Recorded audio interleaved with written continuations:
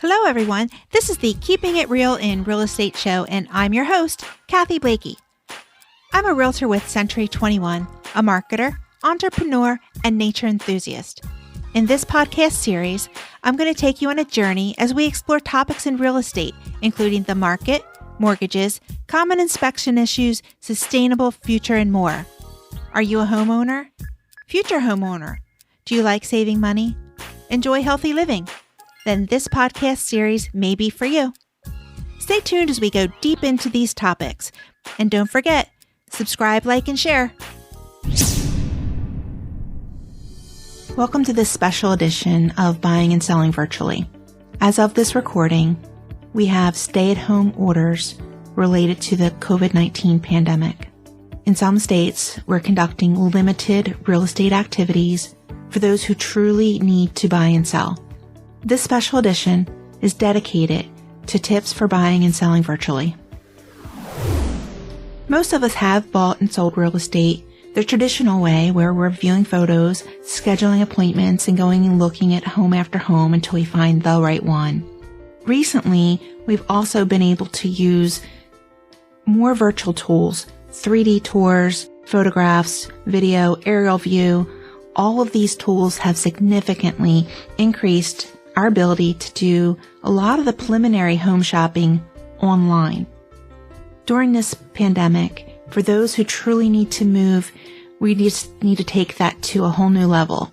And it's an extension of what tools are in place and making the best use of those. Today's episode, I'm going to be covering 5 key topics. And the first 3 are going to have to do with buyers, and then the next 2 have to do with sellers. So for buyers, I'm going to be focusing on 3 topics: visually shopping, informational shopping, and exploratory shopping. So for visual shopping, this is using Google Earth, photos as provided by the listing, virtual tours, 3D tours, even FaceTime and Zoom, all these video tours that you can see what's going on with the property and take a look if this is the type of home that will meet your needs. Also, floor plans, to the extent that they're available, are also helpful. So when you're using these tools, you want to look at Google Earth, you want to see what's around your home, your potential home, take a look at yard sizes. In shopping for homes, I find buyers will go to a home in person and learn something about that home that really they may have already been able to find out online just by pulling up the aerial view and taking a look at the surroundings. So for some of the things you're going to be looking for in the visual tools, you'll want to make yourself a wants and needs checklist so that you know what's important to you. Sometimes cabinet color may be important, type of flooring may be important, whether the home has updates or not, the yard view, whether it has a deck. All these things can be determined by looking at the photos.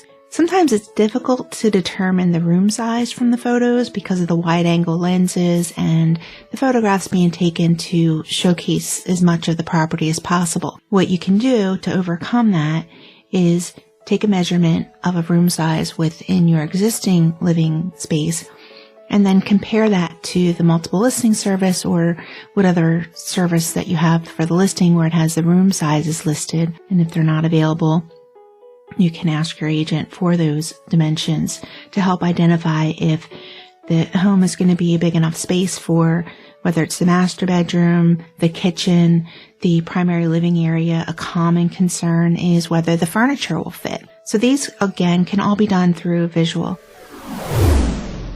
The next topic is going to be using the information available.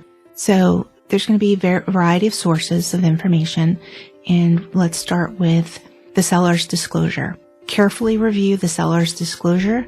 That will give you insight to the type of systems, tell you if there have been any issues with the systems, can tell you the age of the systems, as well as other common topics like water intrusion, problems with the roof, anything that's going to help you to rule out whether this is a home for you or not using the information that's available. Also, the listing detail can tell you the types of systems again contained within it. It can tell you room sizes. It can tell you lots of things that you may want to know. You'd be surprised when buyers are going on a tour and looking at multiple homes all in one day, and only to find out that several of those homes, didn't meet the minimum requirements of their wants and needs to begin with.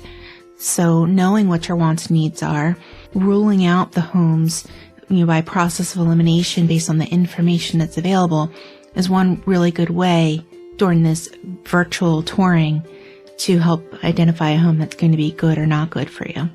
Another source is going to be public records.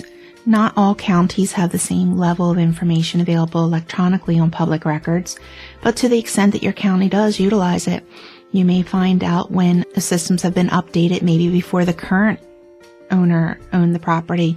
By taking a look back into public records, you can see when permits have been issued, and we'll give you some more insight as well. So the next topic is exploratory. We talked about using the visual aids that are currently available through maps, Google Earth, virtual tours, photographs. All that is currently available. We have informational, which is information that's currently available through the listing and through the disclosures. And what I think the next phase is for any home that you're seriously considering is exploratory. So during this environment where we need to transact as much virtually as possible, we may be taking this to a whole nother level where we're creating custom questionnaires for the sellers, things that aren't available through the standard photographs, things that are important to you to know about a home, like the slope of the yard. That's not always going to be available on a standard seller's disclosure, but it's something that may be important for you to know. And you may also consider having your realtor or the seller create a custom video for the types of questions you have. For instance, you may want to see what the basement walls look like. You may want to know whether there's an egress window in the lowest level. There are things that are not necessarily going to be available in the standard photographs or on the seller's disclosure, but are important to you. So exploratory would be the next level. It may be asking for an audio of the floors, having someone walk through the property and have the audio turned on so you can know whether the floors squeak, if that is an issue for you. Maybe it's an older home and you're not sure if the floors are level, asking those kinds of questions. Probably the biggest hurdle to overcome virtually is going to be the other senses like smell. That's going to be subjective. Many homeowners who've been living in their home may not even know that there's a smell. What do you do about that? You can use your questionnaire to ask if they have any pets. You can ask if there's been any water damage, which could indicate, mold or mildew. And then the next level from there might be to have an air quality test as part of your standard agreement if you choose to move forward with any offering on the property. So I'm sure there's a lot of considerations for anyone who is thinking about purchasing a home virtually. It is done. It's done through relocation, through military relocation, sight unseen. It has been done well before COVID-19. And it's just a matter of getting comfortable and all parties being transparent. And that's going to be key for both buyers and sellers. If you are a home seller who needs to sell your home during this time and you're considering putting it on the market, there are some things that you can do to help facilitate this. And so, as I mentioned, transparency is key. Providing as much information as you possibly can for a potential buyer, filling out your disclosures thoroughly, accurately, and comprehensive information. You may even take it to the next level, which is providing a home inspection prior to listing. That may even include an air quality test, just to give that extra comfort level to the buyer to know that some things that maybe they weren't able to use their senses for, that you've provided a clean air quality test. Providing a list of upgrades that you've done, which is above and beyond what a seller's disclosure may be asking you for. And then if there are any issues, taking the extra time to document those to give the comfort.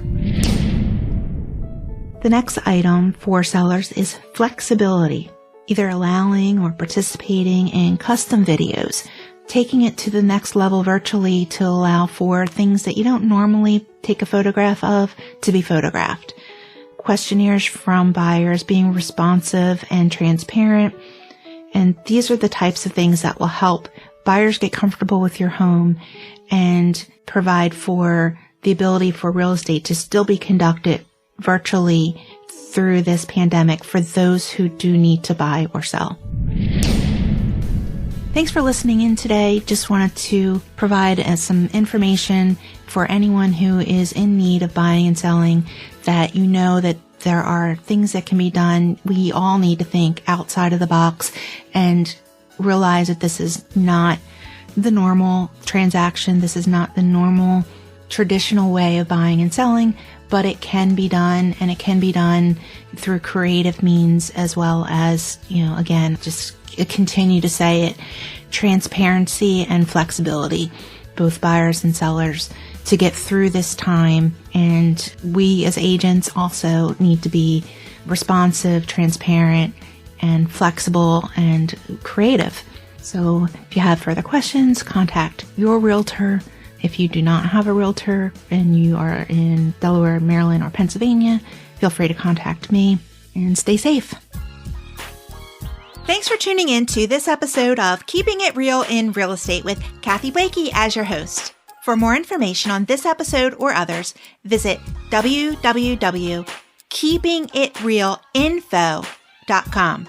There you can find information about becoming a guest speaker, episode notes, and contact information for the guest speakers.